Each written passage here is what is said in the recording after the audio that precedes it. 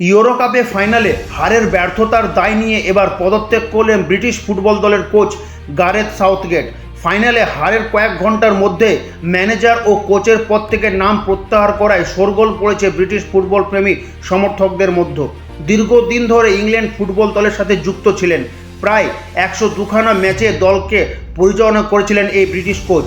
2024 euro কাপে ইতিহাস গড়ার সুযোগ ছিল ব্রিটিশদের কাছে। প্রথমবার বিদেশের মাটিতে ইউরো কাপ জেতার সুযোগ ছিল এই অভিজ্ঞতা সম্পন্ন দলটির কাছে, কিন্তু স্পেনের তরুণ ব্রিগেডের কাছে হেরে দ্বিতীয় স্থানে শেষ করতে হয় ব্রিটিশ দলকে। 2016 সালে সাউথগেট ইংল্যান্ড দলের দায়িত্ব নেন।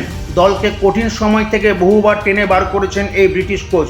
তবে স্পেনের কাছে হারের দায়বদ্ধতা নিজের কাঁধে নিয়ে ইংল্যান্ড দল ছাড়লেন সাউথগেট। চলতি বছরের শেষ দিকে ইংল্যান্ড দলের সাথে চুক্তি শেষ হওয়ার কথা ছিল এই কোচের। তার আগে ব্রিটিশ কোচের এইরূপ সিদ্ধান্তে তোলপাড় ফুটবল জগৎ। তবে ব্রিটিশ ম্যানেজমেন্ট জানিয়েছেন ইংল্যান্ড ফুটবল দলের কোচ কাম ম্যানেজারের খোঁজ চলছে।